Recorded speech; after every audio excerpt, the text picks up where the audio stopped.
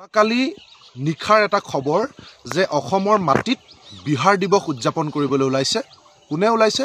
উদ্যোক্তা হৈছে ভাৰতীয় জনতা পাৰ্টি, নেতৃত্ব লৈছে ভাৰতীয় জনতা পাৰ্টিৰ ব্যাগুম নেতা, অনা অসমীয়া নেতা সঞ্জয় সিং ডুবে, আৰু ইয়াক পৃষ্ঠপোষকতা কৰিছে সঞ্জয় কিষাণ, পুলক চেতিয়া, পুলক গোহাঁইৰ দৰে বিজেপিৰ ব্যাগুম নেতাসকলে।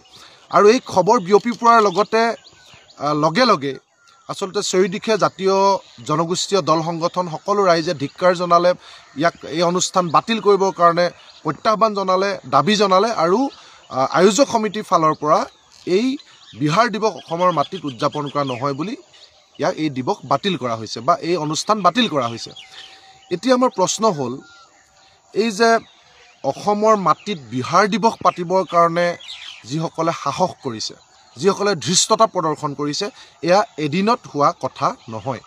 আমি সকলোৱে জানো যে হিন্দুত্বৰ আগ্ৰাসন, ৰাষ্ট্ৰীয়তাবাদৰ অসমৰ মাটিত দপদপনি, এক ধৰ্ম, এক ভাষা, এক সংস্কৃতিৰ নামত আমাৰ ওপৰত জাপি দিয়া ৰাষ্ট্ৰীয়তাবাদ, হিন্দুত্ববাদৰ যি জনজননী, ইয়াৰ প্ৰতিফলন হৈছে এনেকৈ আয়োজক সমিতি গঠন কৰি অসমৰ মাটিত বেলেগ এখন ৰাজ্যৰ বহিৰাজ্যৰ এটা বিজতৰীয়া কিবা সংস্কৃতি বা বহিৰাজ্যৰ এটা উৎসৱ অসমৰ মাটিত দপদপাই পাতিবলৈ লোৱা এটা সিদ্ধান্ত হৈছে এই হিন্দুত্ব বা অসমৰ ওপৰত জাপি দিব বিচৰা এক ভাষা, এক সংস্কৃতি, এক ধৰ্মৰ ইয়াৰ বহিঃপ্ৰকাশ বা প্ৰতিফলন।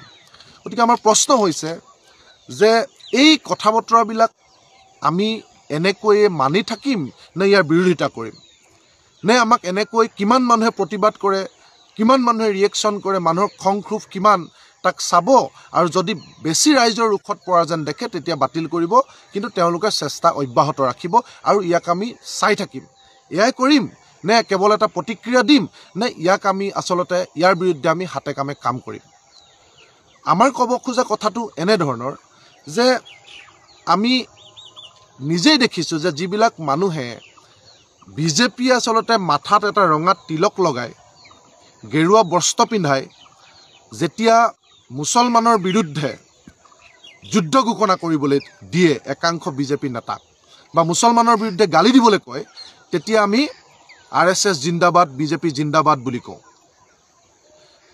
যেতিয়া আমি দেখোঁ যে বিভিন্ন সময়ত আমাৰ অসমীয়া মানুহে, যিবিলাক মানুহে নিজৰ পিতৃৰ শ্ৰাদ্ধত এগছি মাটিৰ চাকি নজ্বলায়, সেইবিলাক মানুহে যেতিয়া বলবমত গেৰুৱা কাপোৰ পিন্ধি ৰঙা তিলক লগাই যেতিয়া বিজতৰীয়া সংস্কৃতি, হিন্দী বলয়ৰ বিজতৰীয়া সংস্কৃতিক লৈ যেতিয়া তেওঁলোক উত্তাউল হয় ৰাজপথত, আমি দেখোঁ কাতি বিহু নপতা, খেতিপথাৰত চাকি এগছ নিদিয়া অসমৰ কৃষক পৰিয়ালৰ স্বয়ম্ভু কিছুমান নেতাই যেতিয়া ছট পূজাৰ নামত যেতিয়া গেৰুৱা বস্ত্ৰ পিন্ধি ৰাজপথত আস্ফালন কৰে, ডাঙৰ ডাঙৰ ডিজে লগাই যেতিয়া বিজতৰীয়া সংস্কৃতি পাতে, সেইবিলাকক আমি যেতিয়া হাত উজান দিওঁ, তাৰ পাছত আচলতে এনেকৈ আমাৰ সংস্কৃতিক খাই পেলাব পৰা, আমাৰ সংস্কৃতিক নিষেধ কৰিব পৰা এনেধৰণৰ উৎসৱ পাতিবলৈ ধৃষ্টতা কৰাটো স্বাভাৱিক। আজি তামিলনাডুত পাতিব পাৰিবনে? শেহতীয়াকৈ আমি দেখিছোঁ যে তামিলনাডুত হিন্দীৰ বিৰুদ্ধে তামিলনাডুৰ DMK চৰকাৰে তাত জেহাদ ঘোষণা কৰিছে। তেওঁলোকে কৈছে হিন্দী ইয়াত নহ'ব, ইয়াত স্থানীয় লেংগুৱেজে হ'ব। আজি এই ধৰণৰ অনুষ্ঠান কৰ্ণাটকত পাতিব পাৰিবনে?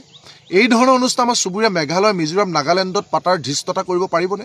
এনেকৈ বিহাৰ দিৱস পাতিম বুলি, আজি গুজৰাট দিৱস পাতিম বুলি, UP দিৱস পাতিম বুলি আজি তেনেকৈ লিফলেট বনাই আয়োজক সমিতি গঠন কৰিব পাৰিবনে? কিন্তু অসমত পাৰিছে কিয়?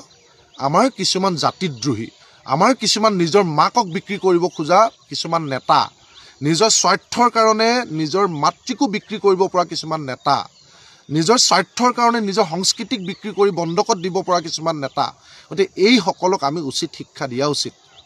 আমাৰ মনত আছে সৰুতে আমাৰ ককা আইতাহঁতে আমাৰ ঘৰৰ যিটো পুখুৰী, সেই পুখুৰীটোত কেতিয়াও বৰালি মাছ বা শ'ল মাছ বা বনৰীয়া ডাঙৰ মাছ মেলিবলৈ নিদিয়ে।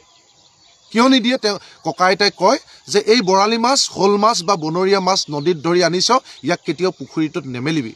ইয়াক যদি মেল, ই সকলো মাছ খাব, পুখুৰীত থকা পুঠি, গৰৈ, কাৱৈ, শিঙি সকলো মাছ খাব আৰু কেৱল সিহে থাকিব।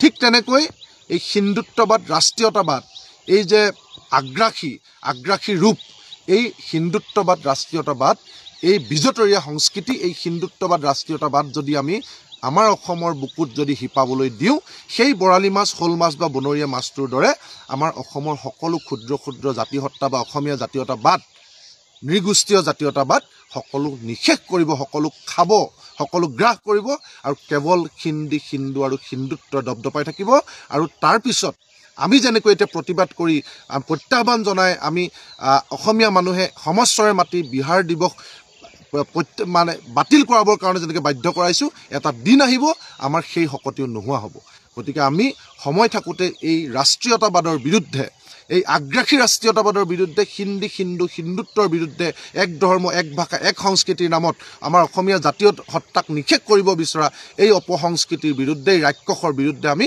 মাত মাতিব লাগিব মাৰ বান্ধি থিয় দিব লাগিব